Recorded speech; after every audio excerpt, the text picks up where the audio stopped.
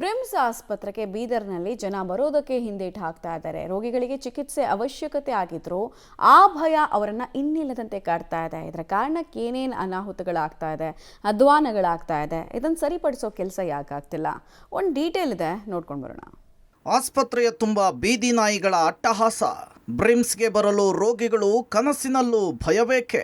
ರೋಗಿಗಳ ಮೇಲೆ ಎರಗಲು ಕಾದು ನಿಂತಿವೆ ಶ್ವಾನಗಳು. ಬೀದಿ ನಾಯಿಗಳಿಗೆ ರೋಸಿ ಹೋದ ಆಸ್ಪತ್ರೆ ಸಿಬ್ಬಂದಿ. ದೇಶದಾದ್ಯಂತ ಬೀದಿ ನಾಯಿಗಳ ದಾಳಿಗೆ ಹೆಚ್ಚು ಮಂದಿ ಒಳಗಾಗ್ತಿದ್ದಾರೆ. ಇದರಿಂದ ಜನರು ಮಾರಕ ರೋಗಕ್ಕೆ ತುತ್ತಾಗ್ತಿದ್ದಾರೆ. ಹೀಗಾಗಿ ಬೀದಿ ನಾಯಿಗಳ ಕಡಿವಾಣಕ್ಕೆ ಸುಪ್ರೀಂ ಕೋರ್ಟ್ ಮಹತ್ವದ ಆದೇಶ ಹೊರಡಿಸಿದೆ. ಆದರೂ ಸಹ ಇನ್ನೂ ಭಯಾನಕ ಬೀದಿ ನಾಯಿಗಳ ಕಡಿವಾಣಕ್ಕೆ ಅಧಿಕಾರಿಗಳು ಮುಂದಾಗಿಲ್ಲ. ಇದಕ್ಕೆ ಸಾಕ್ಷ್ಯ ಎಂಬಂತೆ ಬೀದರ್ ಜಿಲ್ಲೆಯ ಬ್ರಿಮ್ಸ್ ಆಸ್ಪತ್ರೆಯ ಒಳಗಡೆ ಕಂಡುಬಂದಂತಹ ನಾಯಿಗಳ ದಂಡೆ ಸಾಕ್ಷಿ. ಯಾರ ಮೇಲಾದರೂ ಕೂಡ ಎರಗೋದಕ್ಕೆ ಕಾದು ಕುಳಿತಂತಿರುವ ಈ ಬೀದಿ ನಾಯಿಗಳ ದಂಡನ್ನು ನೋಡಿ ಆಸ್ಪತ್ರೆಗೆ ಬರುವ ಮಂದಿ ಭಯಭೀತಗೊಂಡಿದ್ದಾರೆ.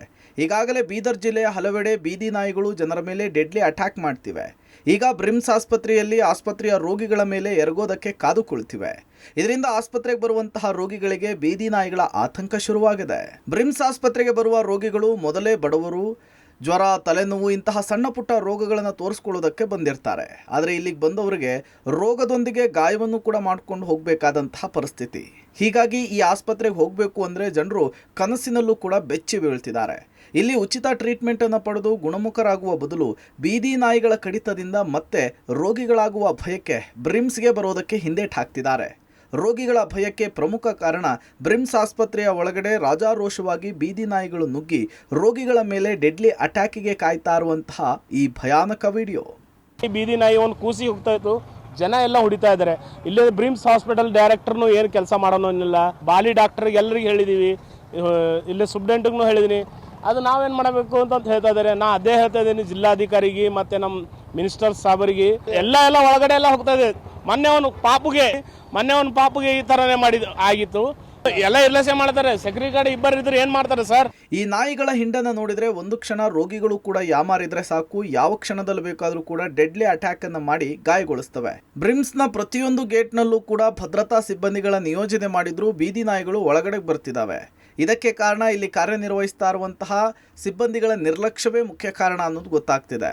ಇನ್ನು ಒಂದು ಕಡೆ ಆಸ್ಪತ್ರೆಯಲ್ಲಿ ರಾಜಾರೋಷವಾಗಿ ಬೀದಿ ನಾಯಿಗಳು ಠಿಕಾಣಿ ಹೂಡಿದ್ರೆ, ಮತ್ತೊಂದು ಕಡೆ ಬ್ರಿಮ್ಸ್ ಆವರಣದಲ್ಲಿ ನೂರಾರು ಬೀದಿ ನಾಯಿಗಳು ಅಟ್ಯಾಕ್ ಮಾಡೋದಕ್ಕೆ ಕಾದು ಕುಳಿತಿವೆ. ಇದರ ಬಗ್ಗೆ ಇಲ್ಲಿನ ವೈದ್ಯಾಧಿಕಾರಿಗಳನ್ನ ಕೇಳಿದ್ರೆ ಅವರು ಹಾರಿಕೆಯ ಉತ್ತರ ಕೊಡ್ತಿದ್ದಾರೆ. ಇದು ಮೊದಲನೇ ಲೆಟರ್ ಕೊಟ್ಟಿದ್ದು, ಇದು 2ನೇ ಲೆಟರ್ ಬಗ್ಗೆ ನಾಯಿಗಳಿಗೆ. ಯಾಕಂದ್ರೆ ಈಗ ಅನಿಮಲ್ಸ್ ಲವರ್ದಿಂದ ನಾವು ಹೊಳ್ಳಕ್ಕೂ ಬರಲ್ಲ ಹೊಂಟದ ನಾಯಿಗಳಿಗೆ. ಇಲ್ಲ ನಾವು ಒಂದು ಪ್ರೀತಿ ನಾಯಿಗಳಲ್ಲಿ ಯಾವುದಕ್ಕಿರಲಿ ನಾವು ಒಂದು ಪ್ರೀತಿ ಇರುತ್ತೆ ಅವ್ರ ಮೇಲೆ. ಮತ್ತು ಏನಾರ ಹೊಡೆದು ಬೇಡ ಏನೋ ಔಷಧಿ ಹಾಕಬೇಕಂತ ವಿಚಾರ ಬಂದಿತ್ತು. ಅದು ಹೊಡಿಬಾರ್ದಂತ ನಾವೇ ಹೇಳಿದೆವು, ಹೊಡಿಬಾರಪ್ಪ ಯಾರಿಗೂ. ಅದು ನಾಯಿಗಳು ಮ್ಯಾಲೆ ಬರ್ಲತ್ತ, ಅದು ಅಂತ ತಪ್ಪಾಗ್ಲತ್ತದ. ಫಸ್ಟ್ ಫ್ಲೋರ್ದಾಗ ಬರ್ಲತ್ತದ. ಅದಕ್ಕೆ ನಾವು ಸೆಕ್ಯೂರಿಟಿ ಮಂದಿಗೆ ಒಂದು ನೋಟಿಸ್ ಕೊಟ್ಟೆವು.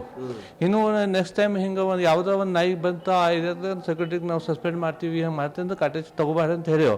ಯಾಕಂದ್ರೆ ಸೂಚನೆ ಆಲ್ರೆಡಿ ಒಂದು ಸೂಚನೆ ಹೋಗ್ಯದ. ಒಟ್ಟಾರೆ ಬ್ರಿಮ್ಸ್ ಅಧಿಕಾರಿಗಳ ಮಹಾ ನಿರ್ಲಕ್ಷ್ಯದಿಂದಾಗಿ ಆಸ್ಪತ್ರೆಯ ಡಿಡ್ಲಿ ಬೀದಿ ನಾಯಿಗಳ ಆವಾಸ ಸ್ಥಾನವಾಗಿದೆ. ರೋಗಿಗಳಿರಬೇಕಾದಲ್ಲಿ ಬೀದಿ ನಾಯಿಗಳಿರುವುದು ಅಧಿಕಾರಿಗಳ ನಿರ್ಲಕ್ಷ್ಯವನ್ನು ಎತ್ತಿ ತೋರಿಸ್ತಿದೆ. ಈ ಘಟನೆ ನಿಜಕ್ಕೂ ಕೂಡ ದುರಂತವೇ ಸರಿ. ಇನ್ನಾದರೂ ಆಡಳಿತ ಮಂಡಳಿ ಎಚ್ಚೆತ್ತುಕೊಂಡು ಬೀದಿ ನಾಯಿಗಳ ಹಾವಳಿಗೆ ಬ್ರೇಕ್ ಹಾಕುವ ಕೆಲಸ ಮಾಡಬೇಕಿದೆ. ಕ್ಯಾಮರಾಮನ್ ಆಸಿಫ್ ಜೊತೆ ಮಲ್ಲಿಕಾರ್ಜುನ್ ಕುಪ್ಪಿಗುಡ್ಡ, ಪಬ್ಲಿಕ್ ಟಿವಿ, ಬೀದರ್.